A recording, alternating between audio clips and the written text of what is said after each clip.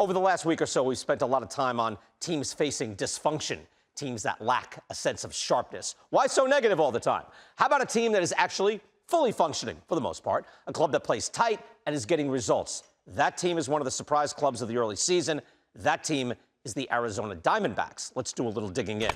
Had a rough night last night, but the Diamondbacks still have the best record in the National League. They're plus 29 in run differential, which is the third best in the league, behind only the Dodgers and Braves. So they are overperforming a bit, but that is part of their package. They are a team, as of now, that does seem to be a bit better on the field than they are on paper. Let's start with the basic production. They have guys hitting. Corbin Carroll, Geraldo Perdomo are rookies. Carroll is leading the National League in weighted runs created plus. Perdomo is top 5 in baseball among shortstops, just below Bo Bichette and Wander Franco. Lourdes Gurriel is having a big season. Ketel Marte, Christian Walker, they're having good years. So let's start there. Big production at defensive positions is a big bonus. Carroll is playing like a superstar. He's a legitimate MVP candidate. He's split time between all three outfield positions. He's slugging just under 600 and leads baseball in base running runs. Number one. Geraldo Perdomo is a big prospect, but he has never hit like this before.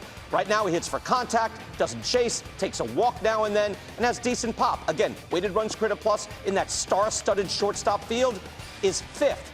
Now, here's something interesting about that. Perdomo is kind of like Luis Arraez, right? Who's charging after 400. He's now at, I think, 385. He's not a StatCast darling. StatCast is powered by Google Cloud. Perdomo has the biggest differential between his WOBA, weighted on base, and his expected weighted on base, ex-WOBA. So he's outperforming the level of his contact, right? Doesn't hit the ball hard, doesn't launch, but there may be some regression, or perhaps he is a hitter with special skills like Luis Arraez. It's possible.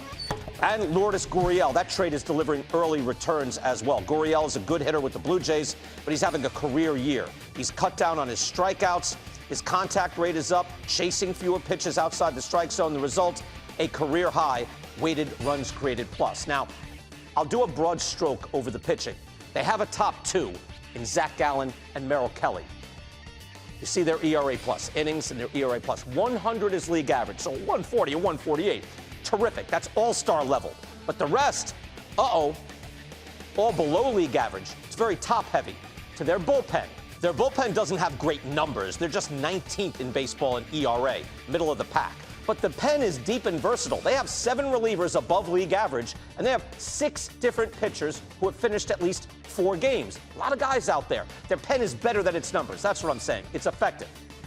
What normally stands out about the Diamondbacks, not last night, but normally, until last night, thank you, John, I wrote this before they played this game. Before last night, this team is very fundamentally sound. They're 2nd in contact at the plate. They're 4th in not chasing pitches outside the strike zone, so they have a good approach at the plate. They're sound on the field, and they attack you on the bases.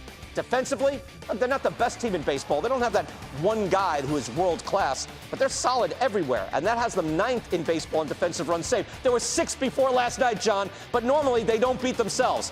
And base running, this team is on attack mode. They are 5th in overall base running runs, 5th in stolen bases, and they are number 1 in extra bases taken percentage, meaning how many extra bases do you take? How often are you successful? They run hard, they run smart. So we've been trying to isolate what makes a team win beyond the obvious hitting numbers. Check out the approach numbers. Again, contact, plate discipline, fielding, base running, kind of the effort things that are out there, your process. What can you control? Last night, notwithstanding, this is a sound club. They punch above their weight, and right now, they certainly look like a playoff team.